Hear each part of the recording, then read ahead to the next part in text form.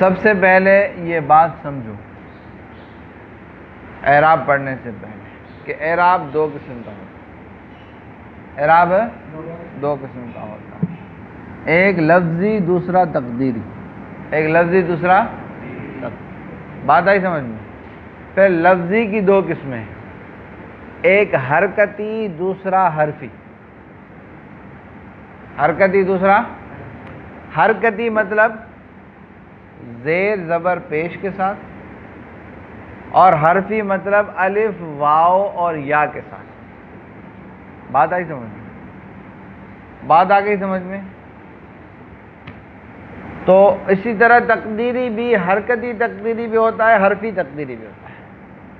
بسا اوقات حرفی تقدیری ہوتا ہے، حرکتی تقدیری ہوتا ہے کہ رفع ضمہ تقدیری کے ساتھ، نصب فتح تقدیری کے ساتھ، جر کسرہ تقدیری. بات آئی سمجھ میں؟ اور باسا اوقات جو ہے وہ کیا ہے، حرفی تقدیری بھی ہوتا ہے. آئی بات سمجھ میں؟ جیسے رفع واو تقدیری کے ساتھ 16ویں قسم کا اعراب. بات آ گئی سمجھ میں؟ تو اعراب دو قسم ہے، ایک لفظی دوسرا تقدیری. لفظی کا مطلب ہے لفظوں میں تغیر ہوگا، تقدیری کا مطلب ہے لفظوں میں تبدیلی نہیں آئے گی، بس معنی تقدیراً تبدیلی آئے گی. لفظوں میں بند ایک جیسا ہوگا، جیسے کہ مبنی ایک جیسا ہوگا. بات آ گئی سمجھ میں؟ لیکن تقدیراً اس میں تبدیلی آئے گی. بات آ گئی سمجھ میں؟ اور پھر لفظی اور تقدیری دونوں کی دو قسمیں ہیں، حرکتی اور حرفی. حرکتی یعنی اعراب ضمہ فتح کسرہ کے ساتھ ہو، اس کے ساتھ ہو، اور حرفی معنی الف واو اور یا کے ساتھ ہو. بات آ گئی سمجھ میں؟ بات آ گئی سمجھ میں؟ پھر اعراب میں کبھی فتح کسرے کے تابع ہوتی ہے اور کبھی کسرہ فتح کے تابع ہوتا ہے. آئی بات سمجھ میں؟ یہ بھی سمجھ لیں، ٹھیک ہے.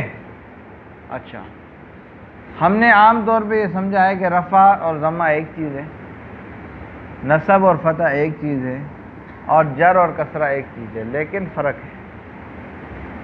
رفع کہتے ہیں کہ اسم کا یا فعل کا، فعل مضارع پہ رفع آتا ہے نا، کلمے کا ایسے مقام میں ہونا جہاں پر وہ اگر مفرد جو ہے 16 قسموں میں سے پہلی قسم ہوتی تو اس پر ضمہ آتا. نہیں سمجھے؟ اسم کا ایسے مقام پر ہونا کہ وہ لائق ہے ضمے کے، اگر 16 قسموں میں سے پہلی قسم ہوتی تو اس پر ضمہ آتا. بات آئی سمجھ میں؟ یعنی اسم کا کلمے کا فاعل، مبتدا، خبر اور مرفوعات میں سے کسی ایک کوئی ایک ہو تو وہ کیا ہے، مرفوع ہے. ٹھیک ہے، لیکن ضرور نہیں ہر مرفوع پہ ضمہ بھی آئے. بعض مرفوعات پہ ضمہ نہیں آتا، بلکہ حرف کے ذریعے سے واو کا اعراب آ جاتا. بات سمجھ رہے ہو نہیں سمجھ رہے؟ اور منصوب کہتے ہیں کہ اسم کا کلمے کا، ٹھیک ہے، ایسے مقام میں ہونا کہ اگر وہ 16 قسموں میں سے پہلی قسم ہوتی تو اس پر فتح آتی، یعنی منصوبات میں سے کوئی ایک ہو، منصوبات میں سے. بات آگے سمجھ میں؟ اور جر کہتے ہیں کہ اسم کا ایسے مقام پر ہونا کہ اگر وہ 16 قسموں میں سے پہلی قسم ہوتی تو اس پر کسرہ آتا، یا یہ کہو کہ مجرورات میں سے کوئی ایک چیز ہو، لیکن ضروری نہیں ہے کہ اس پر کسرہ بھی آئے، زیر بھی آئے. آئی بات سمجھ میں؟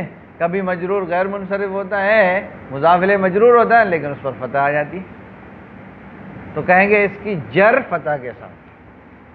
بات سمجھے خان صاحب؟ یہ بات سمجھ گئے؟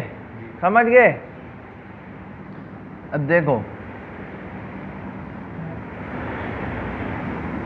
پہلی قسم ہے 16 قسموں میں سے مفرد، اسم مفرد منصرف صحیح، مفرد منصرف صحیح. اس کی مثال ہے جیسے زیدن، جیسے اس کا اعراب وہی ہے دوسرے کھانے کا سارا، رفع ضمے کے ساتھ، نصب فتح کے ساتھ، جر کسرے کے ساتھ. یہ نہیں کہ حالت رفع میں ضمہ، حالت نصب میں فتح. رفع ضمے کے ساتھ، نصب فتح کے ساتھ، جر.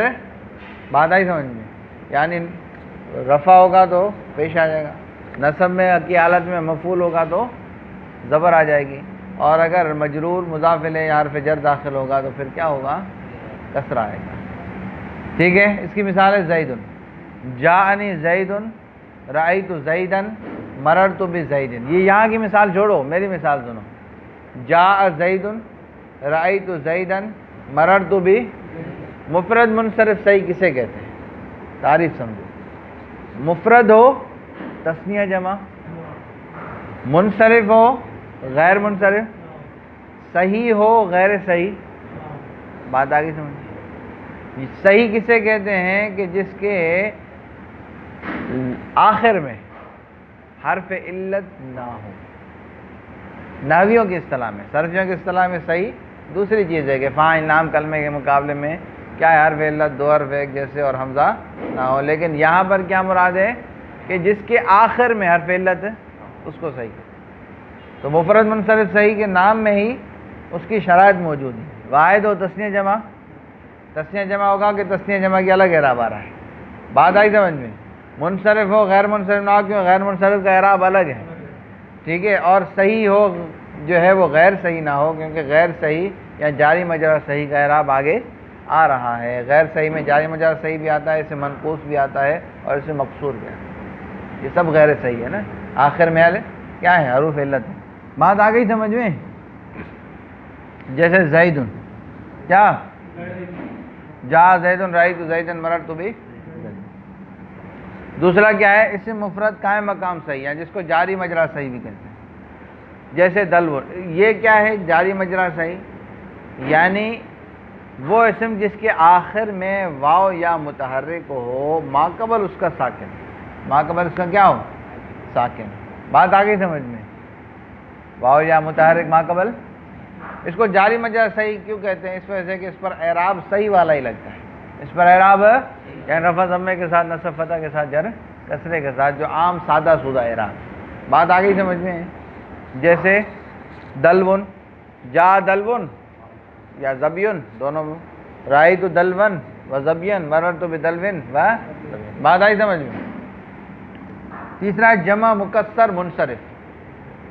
جمع مکسر یعنی جمع مکسر ہو، جمع سالم کا اعراب الگ ہے، اور منصرف ہو. جمع مکسر میں غیر منصرف بھی ہوتا ہے، الف ممدودہ آ جاتا ہے نا کبھی، جیسے خلفاء پڑھا ہے آپ نے. بات آئی سمجھ میں؟ تو جمع مکسر منصرف. بات آ گئی سمجھ میں؟ تو اس کا اعراب بھی وہی پہلی قسم والا ہے، رفع ضمے کے ساتھ، نصب فتح کے ساتھ، جر کسرے کے ساتھ. جیسے جاء رجال رأیت رجالا مررت بی. بات آ گئی سمجھ میں؟ پہلی تینوں قسموں کا ایک ہی اعراب. بات آئی سمجھ میں؟ اور اس کے بعد جو ہے چوتھی قسم ہے جمع مؤنث سالم، یعنی جس کے آخر میں الف اور تا، جس کے آخر میں کیا ہو؟ بات آئی سمجھ میں؟ جس کے آخر میں الف اور تا ہو، اس کو آنکھ بند کر کے کہنا کہ کیا یہ جمع مؤنث سالم ہے. اس کا اعراب جو ہے اس میں تھوڑا سا فرق ہے، اس میں تھوڑا سا، اس میں نصب جو ہے وہ جر کے تابع ہے. نصب کس کے تابع ہے؟ یعنی رفع میں رفع آئے گا، لیکن نصب جر دونوں میں کسرہ ہے. رفع ضمے کے ساتھ، نصب فتح کے ساتھ، جر رفع ضمے کے ساتھ، نصب اور جر کسرے کے ساتھ. آئی بات سمجھ میں؟ نصب اور جر ہے. جیسے جا مسلمات رأیت مسلمات، رأیت مسلماتن نہیں کہیں گے، رأیت مسلمہ، مررت بمسلمات. بات آئی سمجھ میں؟ اور اس کے بعد غیر منصرف، جس کو آپ تفصیل کے ساتھ پڑھ چکے ہیں. آئی بات؟ اس کی اعراب جو ہے اس کا کیا ہے؟ اس کی جر نصب کے تابع ہے، حالت جری میں بھی اس پر زبر آتی. بات آئی سمجھ میں؟ اس کا رفع ضمے کے ساتھ، نصب اور جر فتح کے ساتھ. اس کے الٹ اس کا نصب اور جر کسرے کے ساتھ تھا، اس کا نصب اور جر فتح کے ساتھ. یہ بات سمجھ میں آ گئی؟ اب دیکھو کوئی بھی لفظ آئے نا، کوئی بھی، اس میں آپ کو دیکھنا ہے کہ واحد ہے یا جمع ہے. ٹھیک ہے؟ اگر جمع تو ہے تو جمع مکسر ہے تو پھر وہی پہلی قسم والا، رفع ضمے کے ساتھ، نصب فتح کے ساتھ، جر کسرے. بات آ گئی سمجھ میں؟ واحد ہے یا جمع ہے، پھر جمع مکسر ہے یا جمع مؤنث سالم ہے. ٹھیک ہے؟ منصرف ہے غیر منصرف ہے، یہ آپ کو پہچاننا ہے. اب پہلی مشق میں بات آ گئی سمجھ میں؟ یہ آپ کو، ہاں چلو